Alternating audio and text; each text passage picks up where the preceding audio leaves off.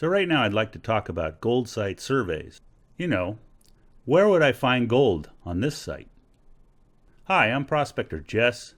I'm here from Hunting for Gold, and I'm here to help you find more gold. On our page, Hunting for Gold, on Facebook, we have a question and answer area. So Grant asked, where would you dig? And William answered, that bar on the left side of the shot, or the picture. You see the bar is this red curve that goes around all the sand and gravel that's piled up in the center of the stream bed as it curves around the corner. Let's take a closer look at this site and some of the attributes of various places on it. At first, it just looked like an ordinary meandering stream, heading around the corner and turning to the left. But if you look a little closer, you're going to see a few things. Like this pile of gravel on the side here, you notice how the rocks are sharp and how the soil that's basically forming that riverbank is all dusty and uncompacted and unconcreted. That's an important clue we'll talk about a little later. But basically what it indicates is that you might find some gold under there, but not likely, because this was all laid down in a flood. And when it laid down, the flood settled the gold below this. This is what we would call overburden. This section over here, you notice the rounded cobbles? Those would indicate that those have been in the stream bed floating around for a while, getting rounded instead of this angular appearance over here. That's an important little factor, a clue that you want to keep in mind when you look at a stream bed or a site.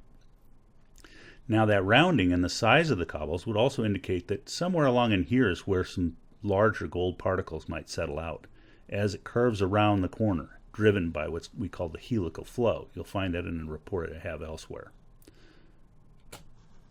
Now, I want to call your attention to these two trees in the background. Actually, it's three trees. This one right here and these two connected together, all intertwined. Those trees are being eroded at their base into the stream bed. They, over the years, may have locked in some prior gold that got trapped in their roots.